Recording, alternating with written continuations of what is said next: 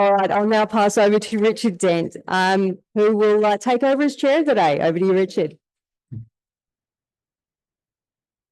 Good afternoon, everyone. It is my incredible pleasure and honour to be introducing today's guest speaker, Katherine Ellis, the CEO of Leadership Victoria and one of the people who is helping to shape the positive future for Victoria. Katherine has been exercising leadership for virtually her whole life. She's had a focus on youth in particular through her life. She was with the Foreign and Commonwealth Secretariat, Division of Youth, and then she was the CEO of the Youth Affairs Council of Victoria and many other activities. Being the CEO of Leadership Victoria is quite a challenge. As you probably know, there's about 1,500 or so Williamson alumni, and I can remember the first time that I saw Katherine's face, because when I got into the job, I wanted to try and connect with most of the alumni, and I hadn't seen hers, and then I realised she was in London, so that made sense. And then one night when I was watching the news, I got a text from one of the other alumni and said, switch across to ABC, and which I was watching. And lo and behold, there was Katherine Ellis shaking hands with Queen Elizabeth II. Ladies and gentlemen, please welcome Katherine Ellis. Thank you, Richard. I didn't know that was the first time you'd ever seen me. I'll also mention that I met Malala that day, which was not quite sure which one I was more excited about. But so thank you, everyone, for having me here today. I'd like to start by acknowledging that we're on Aboriginal land and pay respects to the traditional custodians of this land, the Wurundjeri people of the Kulin Nation. As Richard said, I'm now the CEO of Leadership Victoria. I've been in that role for about a year. And before that, I was in the youth sector for 20 years, most recently as CEO of the Youth Affairs Council of Victoria, which is the peak body for young people in Victoria, which was a very interesting role to have through the COVID period, as you can imagine. So I want to show you a photo. Oh, hang on.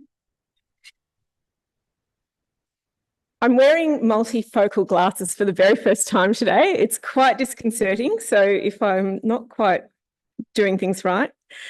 Okay. So this 18-year-old bundle of cuteness is Katherine Ellis, Rotary exchange student in Japan, circa 1986. And so I was on the biggest adventure of my young life, and it really did change my life. So starting by saying thank you very much to Rotary. At that point in my life, I was doing very well. I'd been accepted into university and had deferred to go on the adventure to Japan. I had part-time work, I had friends, I had family. And even with the 1990s recession looming ahead of me, I had a lot of hope and optimism for the future. Like most people of my generation, Gen X, as the millennials do after me, and as the boomers and quiet generation before me. And I just note that hope and optimism for the future is actually a fundamental feature of positive youth development. It's very important to young people to have that. Some of you may be... No, it's not working. Some of you may be familiar with the happiness curve. It's out of Dartmouth University. It's been done across hundreds, I think it's 160 countries. It's well known, it's tested and consistent and operates in every society. And what it basically says is you are happiest as a young adult and then in the later years of your life. And in midlife, things get very tough. You have young kids, you're dealing with old aging parents, middle management jobs, mortgages, all those kind of things. And midlife happiness takes a very serious dip. The researchers who have done this research over the years actually have been doing more recently, and they've had some very shocking results. The curve has changed shape for the first time in history, and it now looks like this. I'll just say this is not a scientific diagram. This is one I did on PowerPoint, but this is what it looks like now. So it's not a U anymore, it's more of a L. And what that means is that Generation Z, today's young adults, are just as unhappy as people are in midlife. And in fact, in the research that they did, they found that 1 in 9 young women and 1 in 14 young men described every day of their life as a bad mental health day. And it's not a surprise if you've worked with young people. When I started at Yakvik in 2019, I did consultations for the strategic plan, and this is before COVID even was thought about. And a consistent feature of the consultations I did with the young people was that they had a fear for the future. And they were very worried about their future. And if you think about it, this is what they're dealing with. There's a climate crisis, homelessness, war and genocide everywhere, not everywhere, a lot of places. There's a lot of gender-based violence. And if you talk to young women about what's their biggest gender issue, they don't talk about paid childcare, they don't talk about pay parity, they talk about fearing for their safety when they are out and about. And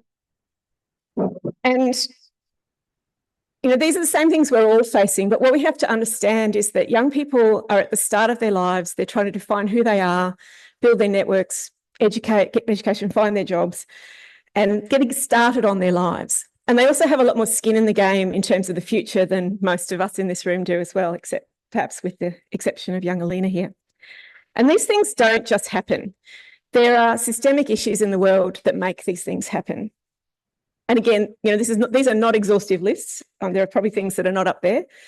And a lot of the time it's vested interests that are resisting change because they're pursuing power, they're greedy, they have a fear of change sometimes, and that's what's actually preventing some of these issues being dealt with. But there are also a lot of really good people in the world who really want to contribute to a better world, but they're not acting at all, or they're not acting fully. And so the question to me is what's preventing them, and how do we address that? I think some of them are cushioned from these issues. They don't see any relevance to them in their lives. And I used to be one of those. I was well educated, comfortable middle class, stable family, had plenty of opportunity in my life, corporate job. But I was really fortunate in my early 30s to actually change jobs and go and work for the Reach Foundation, which is a youth development organisation. And that was a really pivotal shift where I started to hear every day stories from young people about their lives and how different their lives were from the one I had known. Alcoholic parents, drug abuse, homelessness, sexual abuse, bullying, all kinds of stories that quite often these young people told as normality to them. And it was really shocking to me. And then I started to realise what a privilege it was to be learning from people who on the surface I wouldn't have thought had any issues in their lives, and hearing behind the scenes of what's going on for them. And then I did the Williamson Community Leadership Program, which is the flagship program of Leadership Victoria, back in 2007. And that was another step, because that program has a big focus on exposing the participants to what's going on in community, in different organisations. At the other end of the spectrum, there are barriers for people who are living these issues and know exactly what needs to be done to fix them and really want to fix them, but they're living in marginalised communities. They face discrimination. They don't have the social capital that allows them to effect change. And then I think in the middle, there are a lot of people who are really working hard, but they don't have the resources or they don't have the influence. And honestly, these are really wicked problems. They're not going to be solved in a moment. And I'm very conscious that I'm kind of preaching to the converted a little bit in this room, because I know a lot of you are already doing a lot and the best you can out there to change some of these issues. So I think that if we look at, how do we change the system? How do we make real progress for a better future? I think, and this is probably no surprise to you coming from the CEO of Leadership Victoria, that a key thing for this is leadership. And I'm not talking about hero leaders. I'm not talking about CEOs and politicians at the top of hierarchies, or even people who are sort of technical leaders who are implementing corporate strategies. I'm talking about adaptive leaders, leaders who can tackle complex problems, think about unknowns in environments of a lot of uncertainty and difficulty, leaders who can see through that complexity to the change that really needs to happen, the systemic change that needs to happen.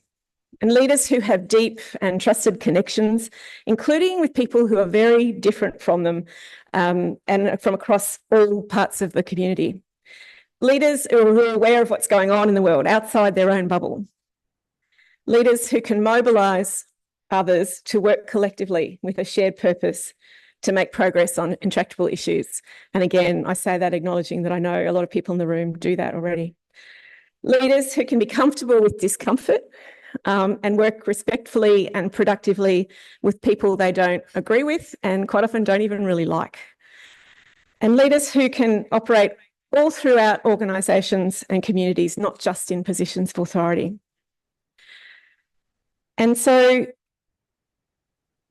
what we're looking at is that adaptive leader, those strong, diverse connections, and the collective action that comes from that as people are mobilised. And that's actually the kind of leadership we do at Leadership Victoria. We've been doing that for 35 years. So this year is the 35th cohort of the Williamson Community Leadership Program. And the people who take our programs are connected not by just a shared experience, but a shared purpose, like Rotary is. So this is our theory of change, and I'll just take you through it very quickly.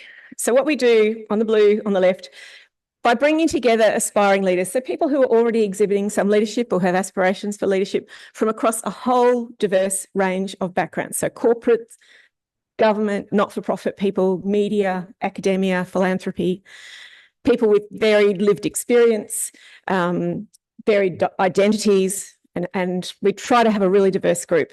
And we build their leadership expertise. So we have in-house expert faculty who are leadership development experts, and they do a lot of the facilitation of the program.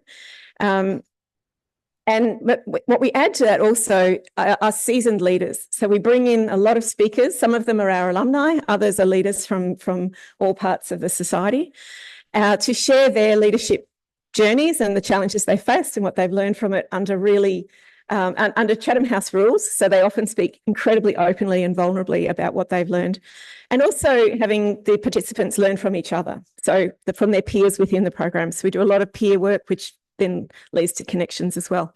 And so by doing all of that, firstly, we broaden their experience. And as one of my predecessors, even before Richard Dent, the original Richard Bluck, he said that what he always thought about it is broadening and blurring people's understanding, because as you know more, you realise you know less.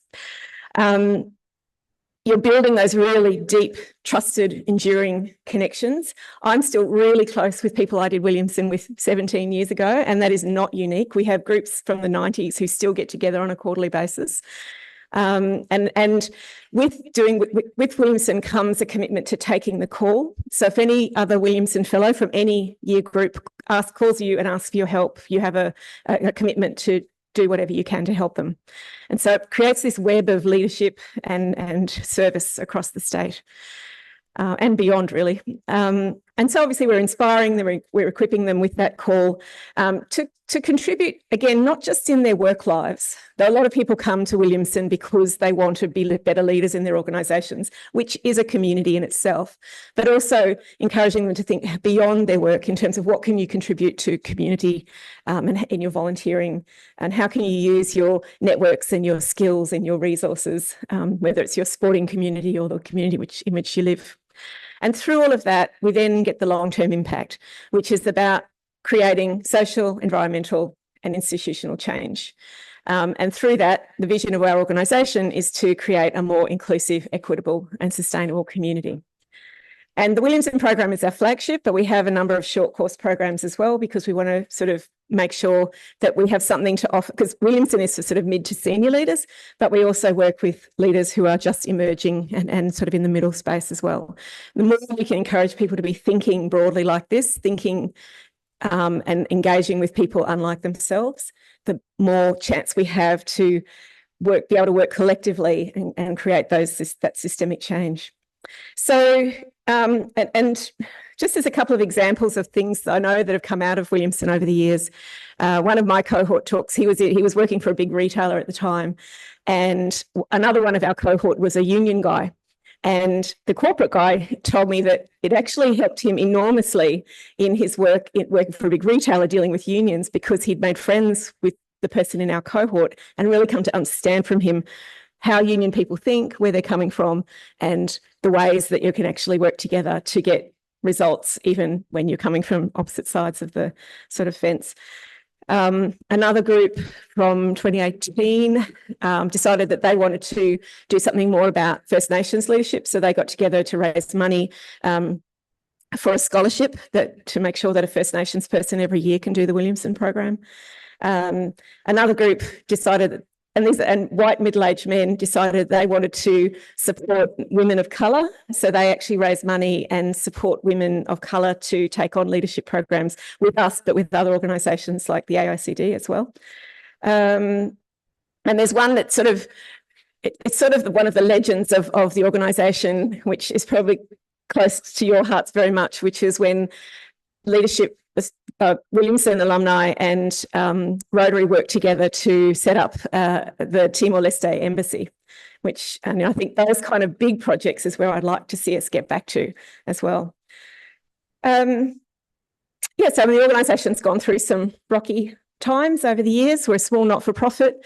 Unfortunately, in times of challenge like now, some organisations feel it's time to cut back on leadership investment, which is absolutely not the case, because right now is when we need leadership the most, and leadership can be such an accelerator for all the other things that we want to see happen. So we're very much sort of reaching out and encouraging that change. So in terms of what you can do to promote leadership, and again, I imagine many of you are already doing this, learn about and think about the communities you're operating in. Focus on your own leadership capability, your adaptive leadership capability. And if you would like to do any of our programs, I would love to hear from you. And again, be really intentional in that leadership as you go out into your communities, and do what you can to support leaders, other leaders, particularly those who are from marginalised communities. And that could be about supporting them to do capability building, but it also could be about making sure that they have a seat at the table, even if it means you giving up your seat so that they can have a seat, things like that. Because at the end of the day, leadership is absolutely essential. It's essential for lifting people's eyes to the bigger picture and that common humanity and the desire we all have for happiness and meaning, and also for strengthening the systems and the communities that will rebuild our hope for the future, particularly for children and young people. Thanks. So everyone, we've got time for probably 2 quick questions. Who would like to go first? Over here, who's got?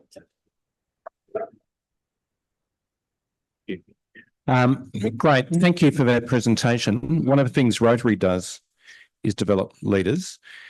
Just in terms of Leadership Victoria, do you encourage people to join service clubs like Rotary Melbourne?